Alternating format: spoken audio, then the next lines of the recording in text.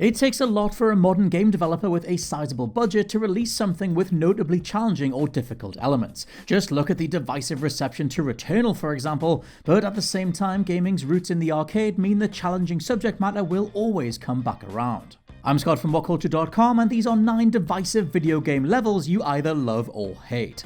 Number 9. Any platforming level. Doom Eternal. Talk about splitting a fandom down the middle.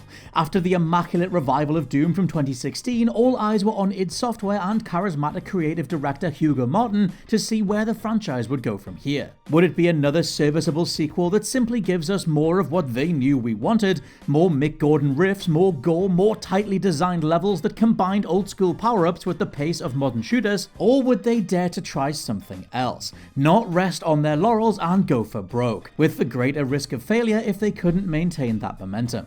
Thankfully, in an artistic sense, it opted for the latter. While personally I think the platforming sections of Eternal work as a reprieve from the sheer intensity of everything else, these gauntlets of wall climbs, fireball dodges, and air dashes were enough to put some people off hitting credits at all. Number 8. NIFLHEIM. God of War 2018. Arguably the one portion of the otherwise immaculate God of War from 2018 that didn't land with 100% confidence, NIFLHEIM saw Sony Santa Monica essentially put a miniature Dark Souls tribute in the middle of their game. Thankfully for the detractors, it was optional, but for those who wanted the best gear in the game, they'd have to wade into some poisonous mist constantly sapping Kratos' health, withstand enemies attacking from all directions, suffer poor visibility, and a maze-like design for the level itself. On the pro side, this was ostensibly a way to give hardcore players an optional endgame loot grind if they still wanted to fight post-credits. Taken alongside Muspelheim's trials and the hunt for every last Valkyrie, including the Queen, God of War's upper echelons of difficulty were either appreciated or it tarnished the package overall. Number 7. The Mountains. Death Stranding. Death Stranding's completion percentage of just 28.5% highlights a game that truly isn't for everyone, but often the best pieces of art aren't. Hideo Kojima is certainly a divisive figure in himself, and for his first post-Konami venture, we got a hiking simulator where most of your time is spent just trying to stand up, with the remainder going towards fighting often invisible demons who can reset your progress if you don't have enough blood and poop grenades saved up to retaliate. The mountainous area that comes towards the end of the second third of the game though, that's when Kojima really turns up the awkward and arduous side of things, truly asking if you're going to stick out this journey till the end or not. Balancing stacks of items on character Sam's back is one thing, but now you're trudging through thick snow. Your baby companion routinely cries from the weather and your back and forth momentum, and the base layout of this area involves trekking super slowly up and down some very steep inclines. Throw in random attacks from invisible enemies, and this is the single most identifiable point where you'll either fall in love with Death Stranding's struggle or give up altogether. Number 6. FREEFALL. Grand Theft Auto San Andreas. GTA San Andreas is divisive in itself once you look back. The game that apexed Rockstar's foray into wackier territory and saw Saints Row change its franchise identity over time, with Rockstar instead embracing seriousness with GTA 4. In San Andreas though, fans have remained notably divided over its crazier anything-goes aspects. Things like acquiring a jetpack is either the coolest idea ever, or it just doesn't belong in this rags-to-riches tale. The same goes for FREEFALL, a mission where CJ leaps from a biplane into a passenger cruiser, then we play in first person with dedicated buttons for leaning, as the rest of the mission plays out like Time Crisis. San Andreas was every bit Rockstar throwing everything at the wall and stapling it there to stick. You either love that approach and this third 3D installment is a favourite, or it's where the dev team stretched things so far that they snapped. Number 5. Pushing Inland. The Last of Us Part 2. Not a divisive level because of anything gameplay related, but for those who couldn't get on board with The Last of Us 2's lengthier campaign, fading back up after Ellie decides to pursue Abby yet again after Ellie and Dina have a completely stable family life and a farm was a step too far. Thematically, Naughty Dog are going for the notion of violence in this world repeating no matter what. We see new gang the Rattlers take over Santa Barbara just like the Washington Liberation Front or the Seraphites have done before, or the likes of Joel and Tommy's gang before that. In-game though, it can feel notably protracted, despite that feeling being intentional. If you already weren't enjoying or appreciating this belabored tone, Pushing Inland can feel like an utter slog. Number 4. Driving. L.A. Noire.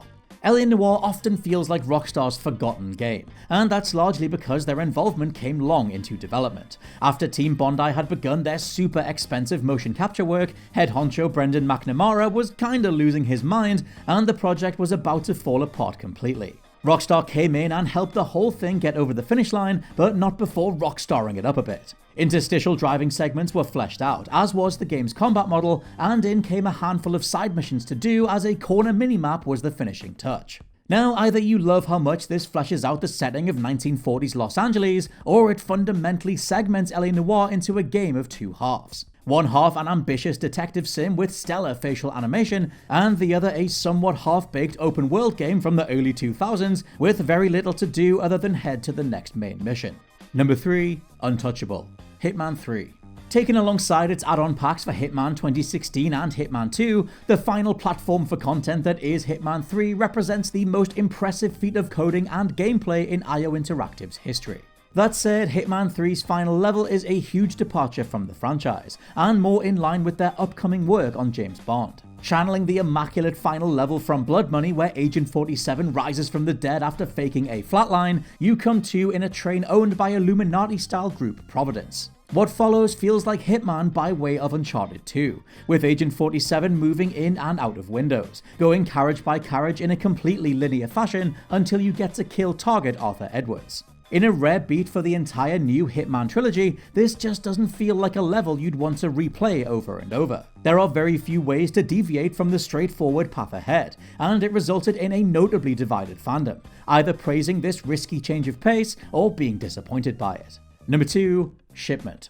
Call of Duty Modern Warfare. Either Call of Duty's shipment level is the tightest, most instantly furious version of Call of Duty possible, and that's exactly what you come to this Twitch reaction shooter for in the first place, or it's a map where your lifespan being a few seconds makes the whole thing unplayable. Honestly, I'm firmly in the former camp, as especially when Infinity Ward revamped COD's gunplay in 2019, creating the best feeling Call of Duty ever, it must be said, Shipment took on a whole new level of intensity. Obviously though, the flip side is totally valid. This is a tiny boxed off set of shipping containers with right angles galore and sightlines begging for spawn camping. Still, there's something about Shipment that forces you to be in the zone or get the F out more than any other level, and that's always worth talking about. And number 1, the MAKO.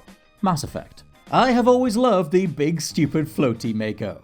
A vehicle from the original Mass Effect that was brought literally down to earth in Mass Effect Andromeda. The original and Legendary Edition's version 2 are floaty as hell and make no sense contextually, as they'd kill anyone sat inside. And yet there's a wealth of Mass Effect fans that love bounding around in this thing. The first game in the trilogy frames multiple main missions around it, not to mention the wealth of side content where you can touch down on everywhere from far-off ice planets to our own moon. Honestly, a large part of the first game's appeal was becoming an intergalactic space marine with your own ship, then choosing to fire the MAKO up mountainsides and off cliffs as much as you could. All that is, unless of course you hate the way this vehicle feels to the core, which is a super common opinion from the last decade and a half. Let me know down in the comments if you've reapproached these levels using the Mass Effect Legendary Edition, or where you've sat on the MAKO since 2007.